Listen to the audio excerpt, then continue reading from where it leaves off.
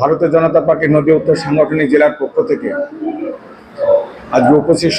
সমস্ত সাংবাদিক বন্ধুদের আমার গরিব অভিনন্দন। আজকে আমরা এখানে উপস্থিত হয়েছি যে সাম্প্রতিককালে যে টিএমসির কৃষ্ণনগর লোকসভার প্রার্থী মহুয়া মৈত্র যে একটা লিফলেট বার করছে, আমরা সেটাই দেখলাম যে তিনি বলেছেন যে কৃষ্ণনগর থেকে করিমপুর রেল লাইনের জন্য তিনি নাকি 2 কোটি টাকা দিয়ে অর্থ বরাদ্দ করছেন, কিন্তু একজন এমপির কোটা থেকে এই টাকা দেওয়া যায় কিনা আমার তার একটা প্রশ্ন আছে। কিন্তু আমরা জানি এই টাকা আমাদের রানাঘাটের সাংসদ জগন্নাথ সরকার সংসদে এই বিষয়টা তুলে এবং সেখান থেকে কৃষ্ণনগর এবং করিমপুরের যে রেল লাইনে দীর্ঘদিনের সাধারণ মানুষের যে দাবি, সেই দাবিকে মান্যতা দিয়ে এই কৃষ্ণনগর করিমপুরের রেল লাইনে যাতে সার্ভে হয় তার জন্য 2 কোটি টাকা উনি অর্থ বরাদ্দ করছেন কেন্দ্রীয় সরকার রেল মন্ত্রক থেকে।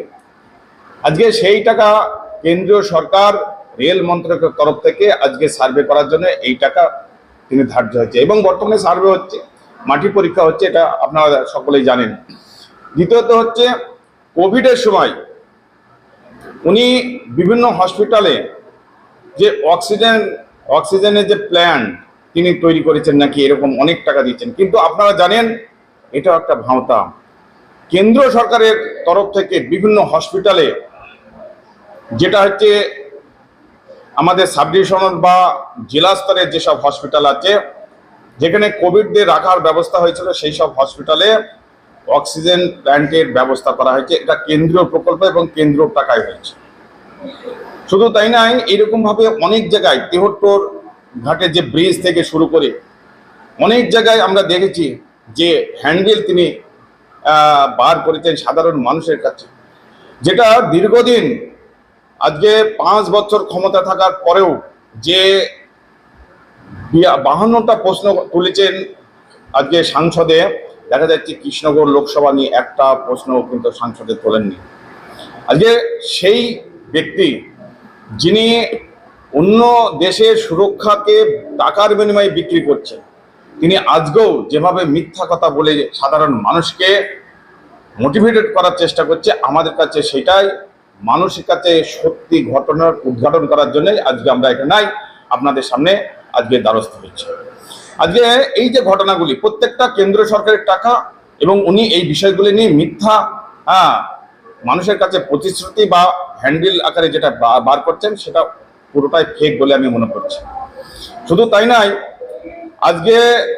আমাদের কাছে আরো হচ্ছে কেন্দ্রীয় সরকার আমাদের মাননীয় নরেন্দ্র মোদী যে সাধারণ মানুষের পাশে আছে, সবকা সাথ সবকা বিকাশ, এবং শুধু নয় করোনার সময় যে টিকাকরণ থেকে শুরু করে 5 কেজি করে চাল প্রত্যেকটা মাথা পিছু যেটা ব্যবস্থা করা হয়েছিল সেটা হচ্ছে কেন্দ্রীয় সরকারের বাজেট, কেন্দ্রীয় সরকারের প্রকল্প, আর এটা সাধারণ মানুষের কাছে তিনি বাড়ি বাড়ি পৌঁছে দিচ্ছেন। শুধু তাই নয়, আজকে যে জলটা পানীয় জল বাড়ি বাড়ি নল, সেটাও কিন্তু আজকে কেন্দ্রীয় সরকারের যে প্রকল্প জল জীবন মিশনের মধ্যে দিয়ে প্রত্যেকটা বাড়িতে পৌঁছে যাচ্ছে। আজকে আমাদের কাছে সেটাই সাধারণ মানুষের কাছে তুলে ধরা যে এই প্রকল্পগুলি সবটাই আজকে কেন্দ্র সরকার। শুধু তাই নয়, বার্ধক্য ভাতা, বিধবা ভাতা এগুলো কিন্তু কেন্দ্র সরকারের একটা অনুদান।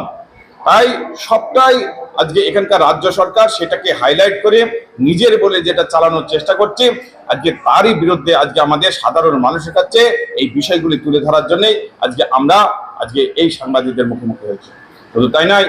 আজকে আগামী দিনে যে ভোট হতে চলেছে কৃষ্ণনগর লোকসভা কেন্দ্রে, আর সেখানে